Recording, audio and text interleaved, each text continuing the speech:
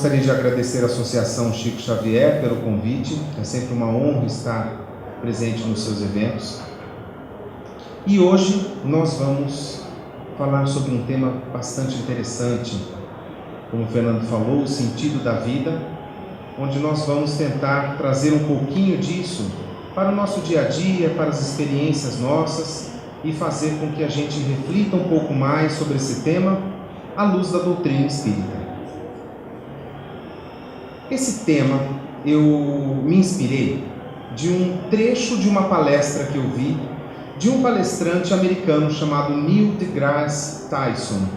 Ele estava já no finzinho da palestra, quando ele abriu para perguntas e ele ouviu de uma voz que lhe chamou a atenção, ele ouviu a seguinte pergunta: qual é o sentido da vida? Se não fosse já a complexidade da resposta uma coisa que chamasse a atenção, ele chamou a atenção também a idade. Ele percebeu que a voz não era de um adulto e estava escuro. Ele falou: por favor, acenda uma luz, eu quero ver quem fez essa pergunta. Quando ele viu, era uma criança de 6 anos, já fazendo uma pergunta: qual é o sentido da vida? E ele se intrigou com isso, deu parabéns aos pais, falou que estariam diante talvez de um grande filósofo, porque se ele já com 6 anos tem um questionamento desse, então pode ser que dali sairia um grande pensador. E ele respondeu o seguinte: a resposta que ele deu para essa criança me fez fazer esta palestra. Tem algumas pessoas que ficam buscando o sentido na vida, ou o sentido da sua vida, como um tesouro que você consegue encontrar em algum lugar, como uma descoberta que você de repente acha da noite para o dia, como algo que você busque nas suas caminhadas e de repente você encontra. E a sua vida até 5 minutos atrás não tinha sentido e de repente, achei sentido para a minha vida. É assim que acontece? Não. Infelizmente, as pessoas que tentam pensar no sentido da vida dessa forma acabam se frustrando um pouco, porque não acontece dessa forma. O sentido da vida é algo que a gente constrói. Então, ao invés de nós pensarmos em descoberta, pensem na palavra construção. E nós, como espíritas, se a gente vai falar sobre construir, sobre o nosso dia a dia, a gente não pode deixar de falar sobre uma palavra, sobre uma expressão que seria livre-arbítrio. Então, se o sentido da vida está em construirmos ele em nosso dia a dia, ele está intrinsecamente vinculado com o nosso livre-arbítrio. Então, tudo que diz respeito às nossas escolhas, a gente vai sempre estar resumidamente, sobre um dilema: o que fazer em determinado momento? Fazer o bem ou fazer o mal? Ele está descendo, isso é uma impressão. Eu estou sentindo que eu arrumo e ele vem para baixo. Assim. Deixa eu apertar bem aqui. Eu estou fazendo assim, daqui a pouco eu fico escondido. Se a gente está falando de livre-arbítrio, a gente está falando de escolhas que a gente faz. E a todo momento, desde a hora que a gente levanta da cama, nós estamos fazendo escolhas do bem e do mal. Não, Renato, mas não é desde a hora que a gente acorda, né? Você está falando isso numa hora assim, crucial do dia, quando você vai decidir: será que eu engano alguém ou conto a verdade? É nesse momento, né, Renato, que você está falando? Não, não é. É desde a hora que você acorda. É desde a hora que você resolve a maneira como você vai falar bom dia para as pessoas da sua casa. Aí começam as suas escolhas que vão fazer o sentido da sua vida. Porque uma coisa é você chegar num dia de manhã, já acorda e já começa a falar sobre a correria. Olha, vamos logo porque a gente está atrasado, você vai chegar tarde na escola, você já escovou o dente, você já fez isso. Olha, está tudo desarrumado aqui em casa. Assim começou o dia. Ou você pode começar o dia falando: bom dia, meu amor. Você dormiu bem? A gente pode fazer isso todo dia. E nessas palestras que eu cito isso, eu faço questão de que minha mulher venha comigo. Porque eu não posso mentir nessas horas. Porque se eu falar isso para vocês, se eu recomendar isso para vocês, e ela falar assim, bom se fosse, né? Não dá para falar isso. Então vocês vão chegar no final e vão... Agora ela vai fazer a resposta que a gente combinou, né? Que eu tenho umas 10 pilhas de louça para lavar se ela responder certinho. Eu falo bom dia todo dia para você, meu amor? Ela está falando que eu falo. Então depois lá no fundo vocês perguntem para ela se eu falo mesmo e tal. Aí começam as nossas escolhas. Aí começa a postura que a gente vai tomar no nosso dia. Aí a esposa... Aí depois que você saiu do quarto da esposa tem os filhos. Aí depois que você saiu de casa tem o vizinho que você encontrou, que abriu o portão e que você fala assim, bom dia meu vizinho, tenha um bom dia, viu? Você, muito obrigado também, muito obrigado para você também, fique com Deus, ótimo. Ou você fecha os vidros, tudo naquele filme que parece um saco de lixo, né, que a gente não se vê mais, a gente se fecha para o mundo e vai embora e entra na empresa e vamos supor que ele foi ótimo em casa. Bom dia minha mulher, bom dia meus filhos, tenham um bom dia para vocês, boa aula, bom serviço para todos. Aí ele chega na empresa que ele trabalha, o porteiro já passou batido. Ele lembra de cumprimentar o chefe dele, o dono da empresa, mas o porteiro ele passa batido. Foi uma escolha. Foi do bem ou do mal? Foi uma escolha de preconceito, uma escolha de interesse. E aí a gente começa a construir esse sentido da nossa vida. Na Gênesis, capítulo 3, que é o bem e o mal, tem um tópico que chama a origem do bem e do mal, que fala o seguinte: os males de todas as espécies, físicos ou morais, que afligem a humanidade, elas são formadas por duas grandes categorias: aquelas que a gente consegue evitar e aquelas que a gente não consegue evitar.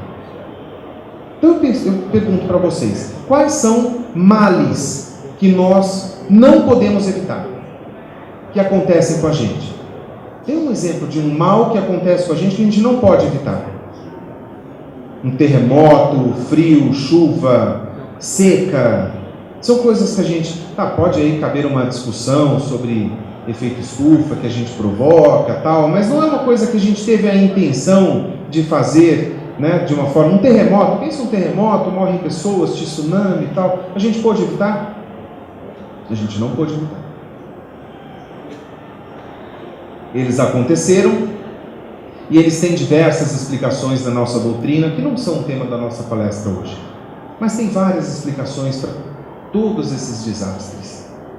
Agora, tem alguns que a gente consegue evitar. Tem males que a gente consegue evitar.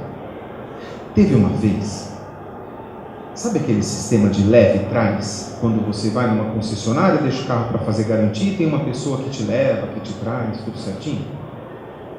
Uma vez eu deixei meu carro e um jovem foi me levar para casa e falou: quando acabar a revisão a gente te traz de volta. Eu falei: que bom, muito obrigado, tal. E a gente foi conversando, de repente tocou o celular dele, um celular grande, bonito. Falei: nossa, celular bonito? Ele falou: é verdade, estou pagando ainda, estou na terceira parcela, são 15. Eu falei: vixe, celularzão, hein? Falei: esse daqui eu estou suando, hein, para pagar.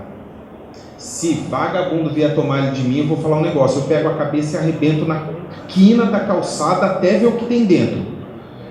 Falei: pode parar um pouquinho, que eu acho que já cheguei no meu lugar, eu fiquei um pouquinho inseguro agora, com tanta disposição para violência. Ele não falou brincando. Ele deixou muito claro em suas palavras de que se alguém tentar subtrair algum bem dele, ele vai agir com extrema violência. Esse é um mal que a gente poderia evitar. E não era uma pessoa desprovida de inteligência, de cultura, era bem apessoado, falava muito bem, mas tinha um desejo de raiva, de inconformação. E são males que a gente consegue evitar. São escolhas que a gente faz. Tem aquela frase maravilhosa que fala que nós somos livres para fazer nossas escolhas, mas somos escravos das consequências delas. O livre-arbítrio é isso. É a gente poder tomar as escolhas em determinado momento, mas depois o que você vai ter que fazer com essas escolhas? Você vai responder por elas. E aí a gente não precisa nem ir para o Espiritismo. Tem leis da natureza, tem leis interpretadas por grandes físicos, químicos e vários cientistas que nos dão também essa noção. Então, se a gente for na terceira lei de Newton, que diz que toda ação há sempre uma reação oposta de igual intensidade. Então, na natureza já está previsto que tudo aquilo que você entregar, você terá também em resposta para você, na mesma intensidade. O que significa que o que você distribuir para o mundo, voltará para você. Não tem como a pessoa ter o desejo de colher maravilhosos pés de goiaba, goiabas lindas em pés de goiaba no seu quintal. Não tem como ela obter essas goiabas plantando melancia. Tem como? Não tem como. A fruta que eu mais amo é a maçã. Ele planta um monte de bananeira no quintal dele. Ele vai ter maçã quando? Nem se Jesus for o agricultor, né? Não, Jesus conseguiria. É só Jesus. Eu acho que conseguiria fazer uma maçã sair daquela bananeira. Se você deseja receber coisas boas, gentileza, amor, bom tratamento do mundo, das pessoas, dos seus familiares, dos seus companheiros de trabalho, distribua a mesma moeda. Faça o mesmo por eles. Senão você não consegue. E tem uma frase do maravilhoso palestrante Haroldo Dutra Dias, que diz que, prestem atenção nisso, que isso fará vocês repensarem em alguns momentos de intolerância. O Haroldo fala num vídeo que chama O Sentido da Vida também, se eu não me engano, são vários espíritas falando sobre o sentido da vida, inclusive o nosso querido Richard Simonetti. Ele fala o seguinte, que uma ação que o espírito toma de 2 segundos pode causar consequências espirituais para ele, que levarão mais de 1000 anos, podem levar mais de 1000 anos para serem resolvidas. Que ação que pode ser, que dura apenas 2 segundos, que leva tanto tempo para resolver? Vocês conseguem imaginar? Pode ser um não que você fale para um filho. Pode ser um não, um virar de costas que você faça para uma mãe e para um pai. Pode ser um tiro. Pode ser um atropelamento num descuido de uma bebida que você não devia ter ingerido antes de dirigir. Um ato de deslize de 2 segundos, que aquilo pode causar uma consequência espiritual que levarão séculos para você resolver. Então, na hora em que a intolerância estiver chegando perto de você, lembre que a consequência dos nossos atos pode durar muito tempo. Os 2 segundos de uma traição, de uma mentira que você conte. Então a gente tem que pensar muito nisso. Porque aí a vida vai tendo sentido se você for ter escolhas boas. E você, na hora de pensar nessas consequências, você usar um pouco mais da razão e um pouco menos do passional, da emoção, da raiva. Então, se a gente se convencer de que o sentido da vida vai ser construído, e a gente ficar com essa palavra construção, o que a gente imagina numa casa? numa construção, numa casa, numa edificação? Você constrói da noite para o dia? Aqui onde a gente está, isso foi construído da noite para o dia? Se fosse, eu não estava aqui, eu já estaria com um pouquinho mais de medo de ficar aqui embaixo, de tanto concreto, se isso fosse construído da noite para o dia. Dá para você fechar os olhos e abrir e tem uma casa construída na tua frente? Não dá. A casa, como que ela é construída? Todos os dias, dia após dia. Uns dias rendem mais, outros dias você não consegue fazer nada porque choveu, mas no outro dia você retoma. E pode ser que você construa mal e um muro chegue a cair, e você tenha que reconstruir esse muro, mas isso faz parte da construção. E é assim que a gente vai fazendo esse sentido da nossa vida, num processo diário. Não tentem achar mais fórmulas, não tentem dormir com uma vida sem sentido e tentar acordar com a vida com sentido.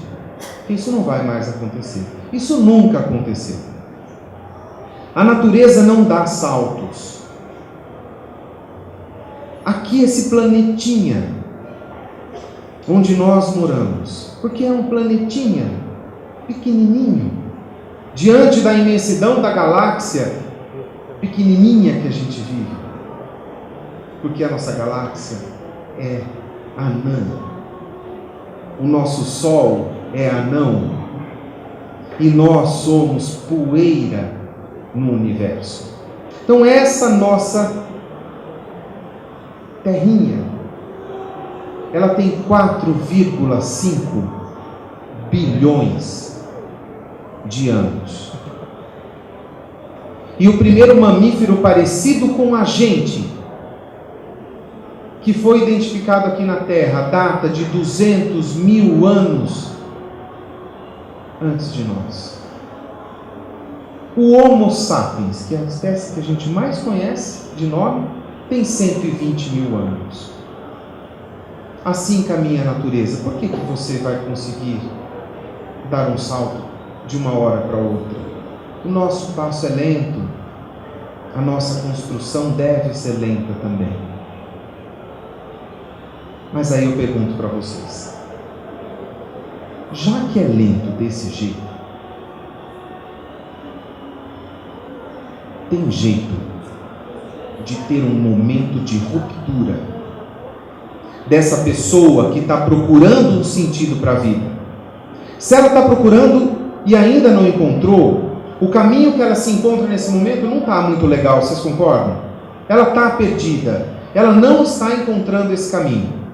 As escolhas dela não foram bacanas, não foram do bem. E ela perdeu muito tempo nesse caminho ruim. E vai ser difícil ela começar a voltar, vai ser passo a passo para ela voltar para o caminho do bem. Mas eu pergunto para vocês, é possível que haja um momento de ruptura, um momento onde essa pessoa tem um estalo, e ela acorda, e ela fala assim, chega, eu cansei desse caminho, eu não quero mais estar nesse caminho, eu quero ir para o caminho do bem. Existe esse momento de ruptura? Vocês acreditam nisso ou não? Que bom que teve um monte de gente otimista que balançou a cabeça desse jeito. Porque existe esse momento de ruptura. Essa vontade de voltar a trilhar o caminho correto. Só que tem um quesinho nisso, um senão. A mudança da direção não implica que você chegou no seu destino final.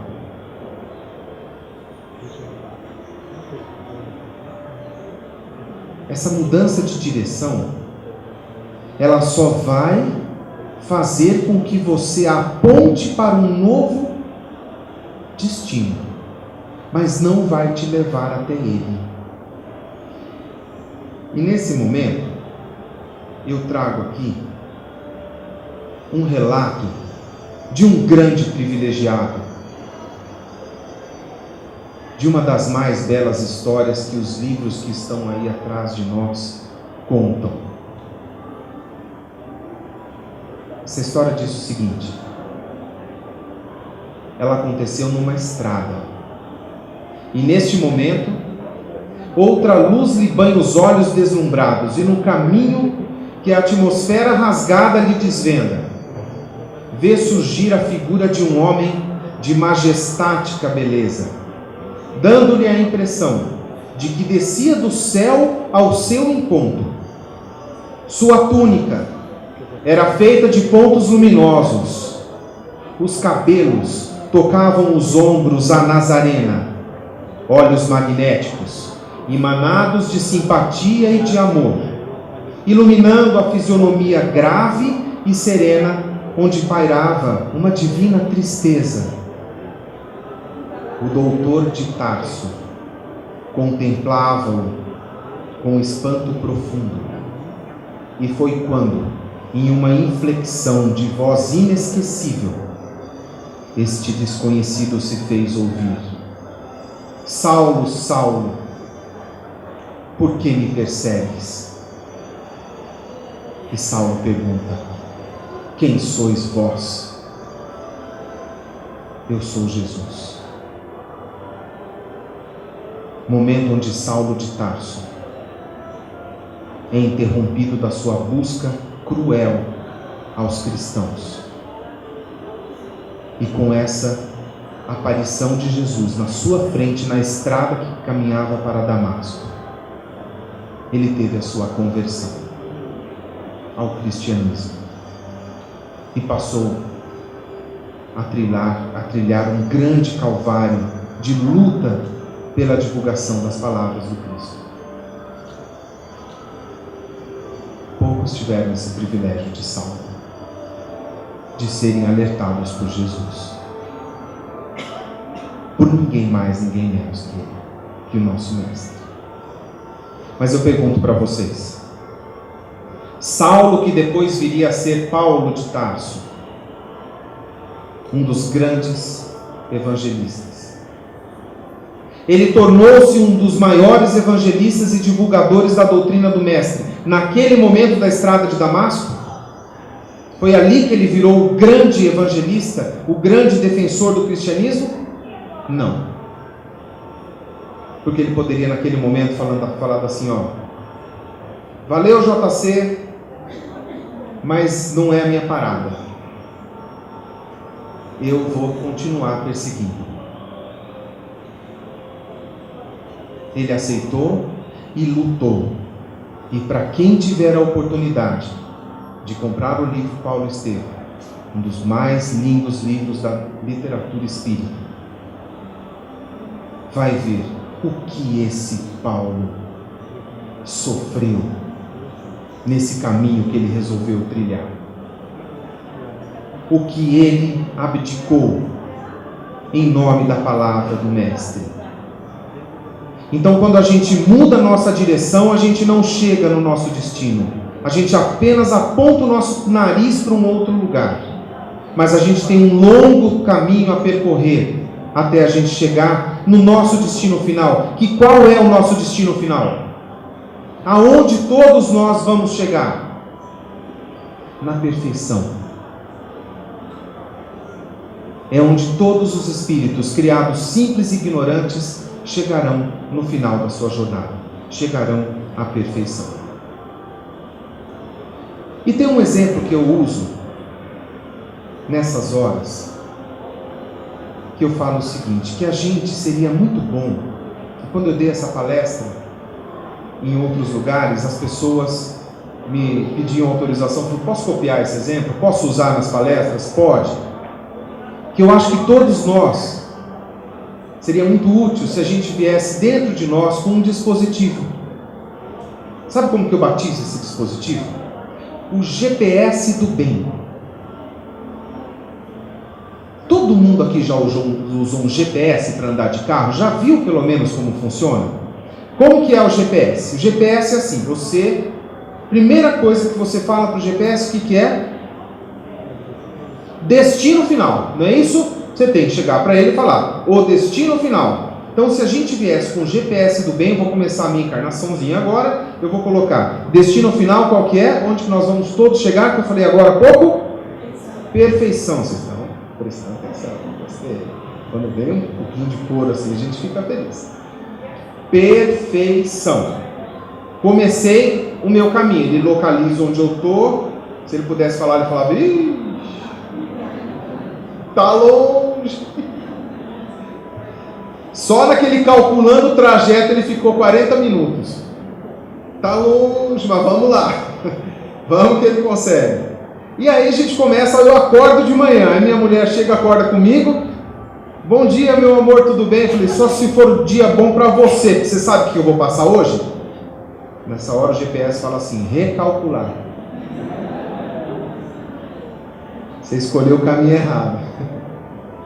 Para chegar na perfeição, você já deu uma resposta errada. Essa resposta que você deu para tua mulher. Aí eu chego lá, já peguei um caminho errado, né? Tudo bem. Aí no final eu peço desculpa, tal, achei o caminho certo. Mas aí eu chego no trabalho, meu companheiro de trabalho fala assim: você preparou aquele relatório que eu pedi para você adiantar para mim? Eu falei: você acha que aquilo é serviço meu? Você está muito desfolgado, né? Recalcular. Não escolheu o caminho certo.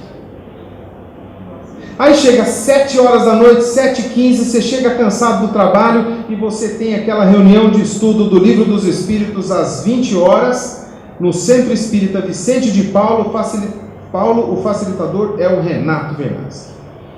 Aí você olha, tem 2 amiguinhas aqui minhas da segunda-feira. Aí você olha, 7h15. Tive um dia estressante hoje, hein? Acho que hoje não vai dar partir o centro não, hein? Assiste o jornal que acho que eu ganho mais. O GPS já chega lá e fala: recalcular. Você não escolheu o caminho certo hoje de novo. É mais fácil não ir do que ir, né? E aí a gente vai recalculando. Acho que a moça do meu GPS deve estar rouca, de tanto que ela fala recalcular no dia a dia. E aí a gente vai fazendo esse nosso trajeto. E aí a gente vai construindo no dia a dia.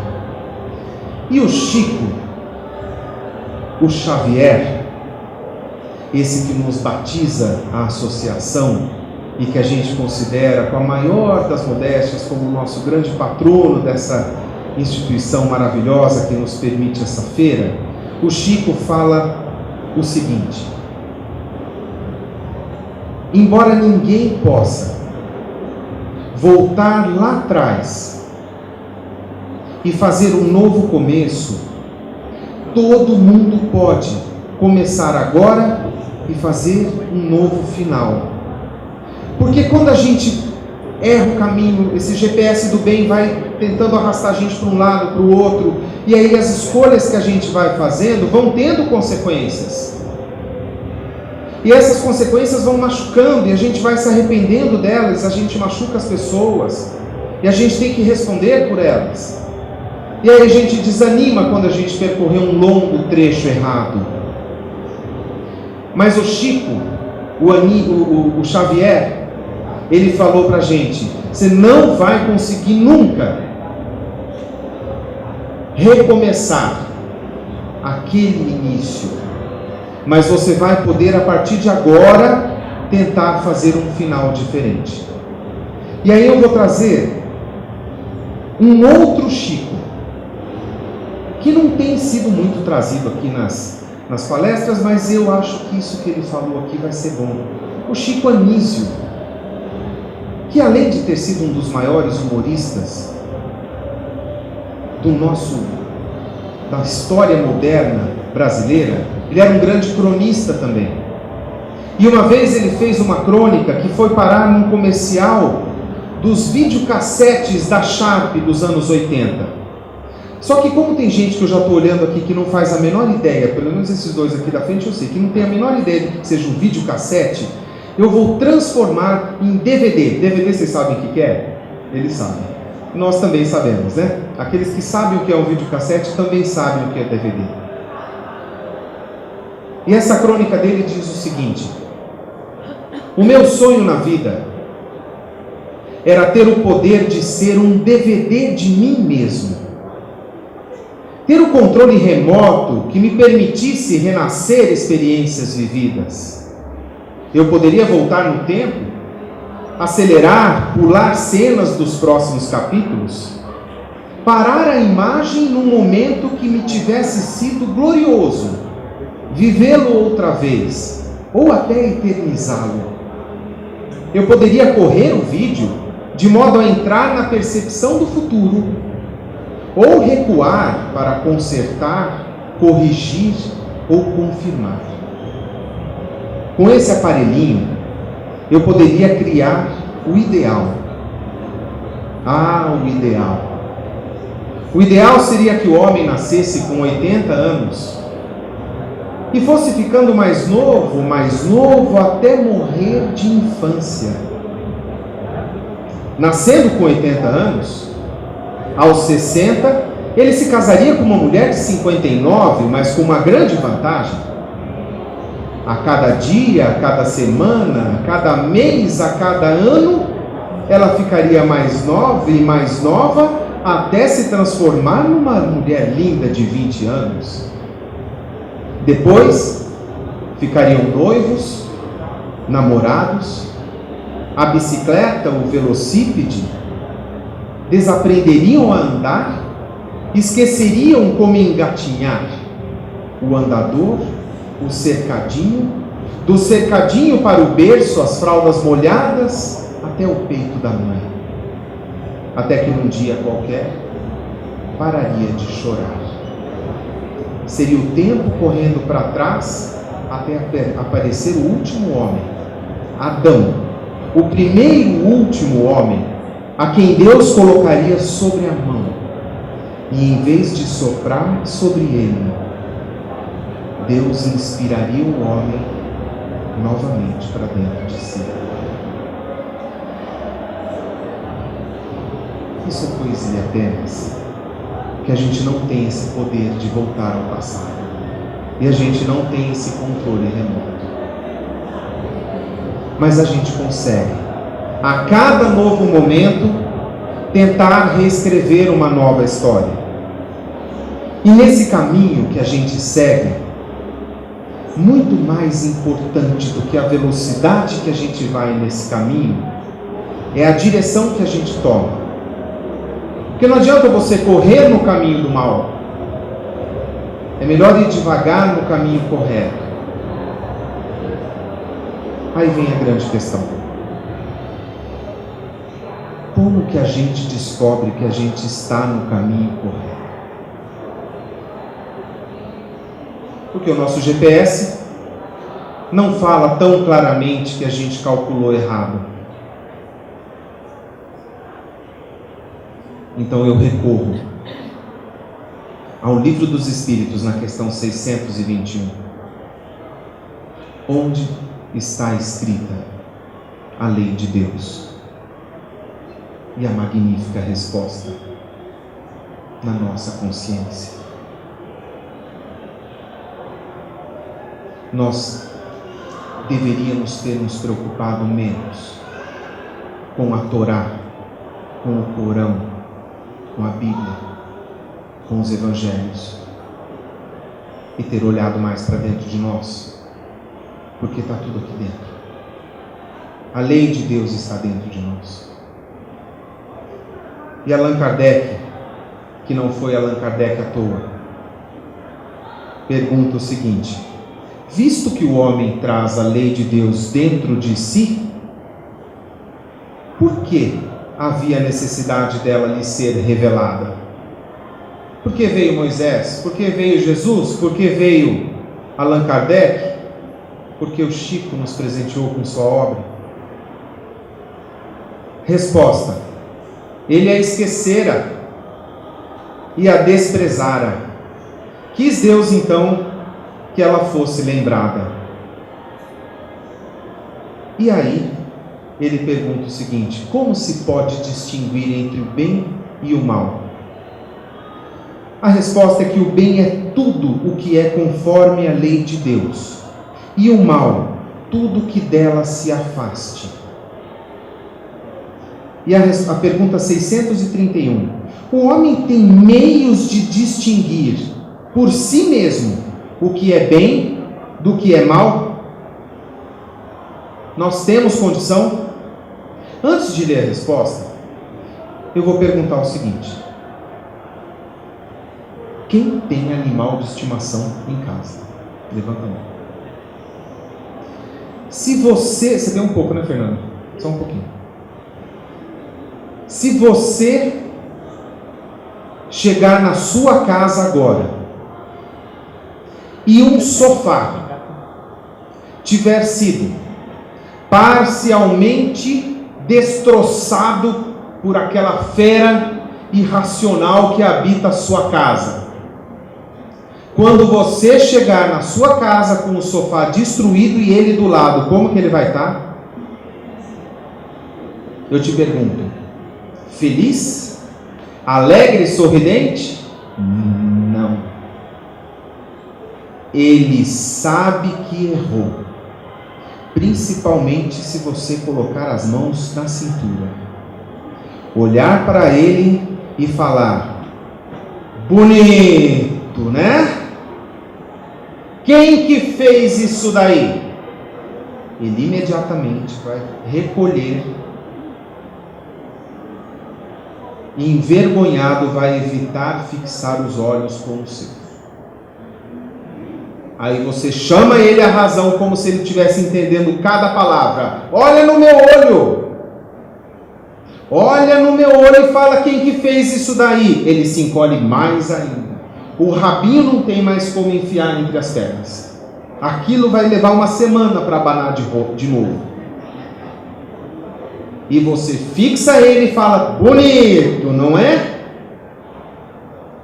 Se um cachorro sabe o que é certo ou o que é errado, imagine a gente. Mas Allan Kardec sabe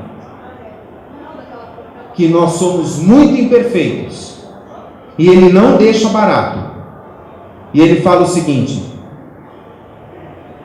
estando o homem, questão 632, estando o homem sujeito ao erro, não pode enganar-se na apreciação do bem e do mal e crer que pratica o bem quando em realidade pratica o mal?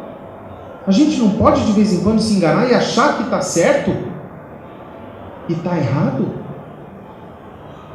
Aí, quando o Espírito da Verdade vê que Kardec está difícil de ser convencido, ele chama e convoca a referência daquele que até hoje, e não consigo imaginar quando que isso cessará, é inquestionável.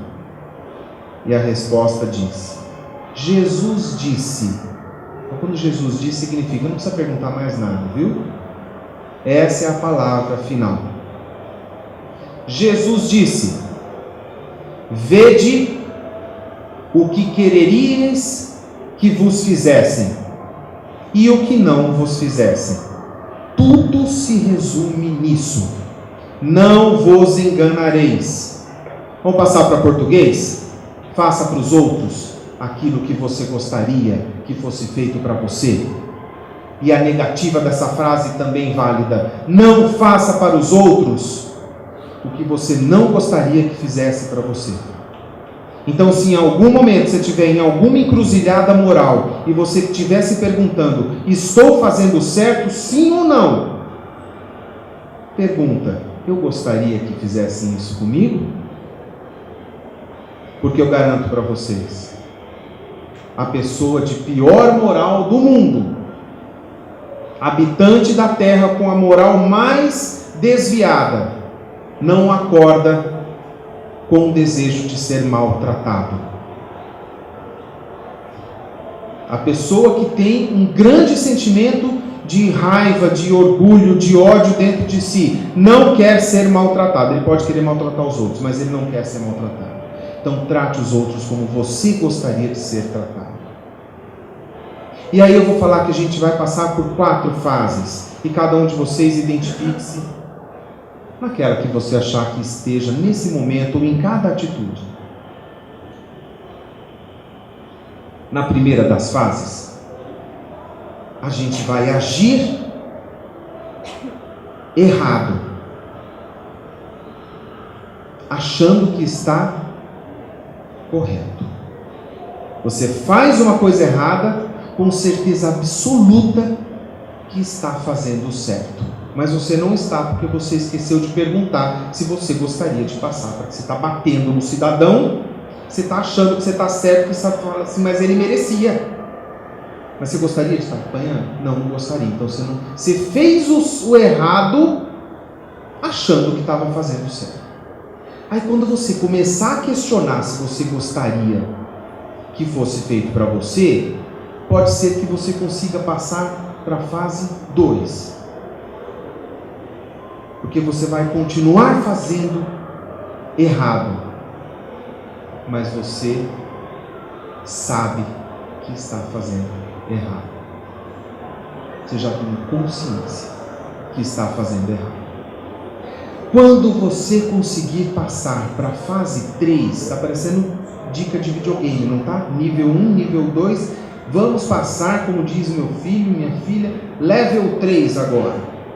Level 3 vai falar o seguinte: você vai passar a fazer coisas certas, mas você ainda vai estar pensando em fazer coisas erradas. Então você vai chegar, vai passar aquele amigo seu do trabalho que te prejudicou e você vai falar: viu, sabe o que eu queria falar para você também? Aí você veio todas aquelas palavras terríveis na cabeça e você quis xingá-lo ele de tudo. Você fala assim: tenha um bom dia. Você fez o certo, mas você pensou em fazer errado. Mas é um grande passo. Quando você fizer isso, você faz assim, ó, yes. Eu pensei em fazer errado, mas eu bloqueei e fiz certo. E de tanto fazer certo, de tanto fazer certo, de tanto fazer certo, level 4. Você vai agir certo, pensando certo. Quando passa aquele amigo seu do trabalho que te prejudicou, você fecha os seus olhos, numa pequena oração. Para que o Senhor te dê iluminação, paz no teu coração, para que você não tenha mais vontade de prejudicar as pessoas, como você me prejudicou, e que eu te perdoo, porque sou tão imperfeito como você. Siga em paz o teu caminho, meu amigo. Lá dentro, você começa a pensar nisso. E aí, quando que a gente descobre que a gente passou de um estágio para o outro? Passar desse estágio 1 para o 2, 2 para o 3, 3 para o 4, às vezes pode demorar muito tempo. Às vezes pode demorar décadas, séculos. Quando que a gente sabe que a gente começou a mudar? Quando a gente começar nas atitudes ou nas coisas que vêm imediatamente na nossa cabeça. Quando começar a vir um pouco mais de amor. Amor é a palavra que vai dar a chave dessa mudança de um para o outro. Desculpa, tá? De vez em quando é que ele vem descendo. O amor vai fazer parte dessa sua transformação. E quando o amor começar a fazer parte dessa sua mudança, muita coisa bacana vai começar a acontecer com você. O Chico, de novo o Xavier, ele resumiu numa frase uma das coisas que eu acho que são o segredo da nossa mudança tão esperada, do nosso planeta de expiações e prova para o nosso planeta de regeneração. O Chico falou assim: falta-nos sentir que o outro, seja ele quem for, é de fato nosso irmão e nosso igual perante Deus. Quem que é o outro? É você, é você, é você, é você, é você. Nós não somos nada além de irmãos, filhos do mesmo Pai. Se você olhar para o seu lado, sabe quem que você vai ver do seu lado agora, nesse momento? Não é um desconhecido. Você vai ver um irmão. Se você sair aqui no shopping, você vai ver irmãos seus, que hoje são desconhecidos e amanhã podem nascer no mesmo seio familiar, e que quando desencarnarem podem estar numa mesma unidade de trabalho, mas são todos irmãos. E sabe quando a gente vai conseguir a senti-los como irmãos? Quando a gente amá-los. Quando nós amarmos a todos como irmãos. E aí, eu vou trazer dois grandes poetas. Um de sobrenome Moraes, outro de sobrenome Jobim. E esses dois, Tom e Vinícius, uma somatória dos dois nos trouxeram uma das coisas mais lindas da nossa música, e que vai falar um pouquinho desse sentimento que a gente tem que começar a cultivar muito dentro da gente. E que eu acho que a gente podia pensar, se a gente consegue exercitar isso. Eu sei que vou te amar, por toda a minha vida eu vou te amar. Em cada despedida eu vou te amar. Desesperadamente eu sei que vou te amar. E cada verso meu será para te dizer que eu sei que vou te amar por toda a minha vida. Eu sei que vou chorar a cada ausência tua, eu vou chorar, mas cada volta tua de apagar o que essa ausência tua me causou. Eu sei que vou sofrer a eterna desventura de viver, a espera de viver ao lado teu por toda a minha vida.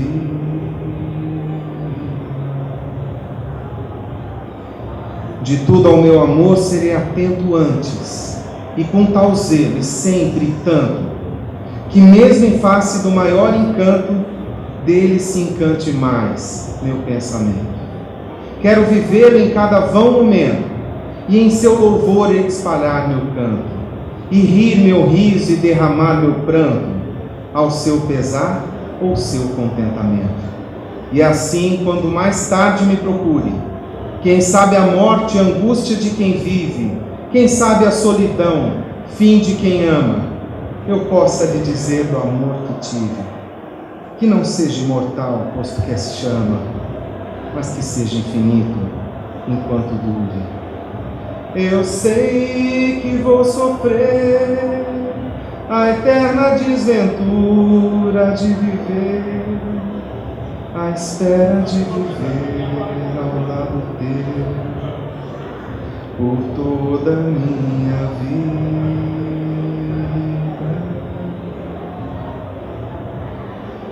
Eu espero que o amor faça a gente ter vontade de construir a nossa vida com mais sentido.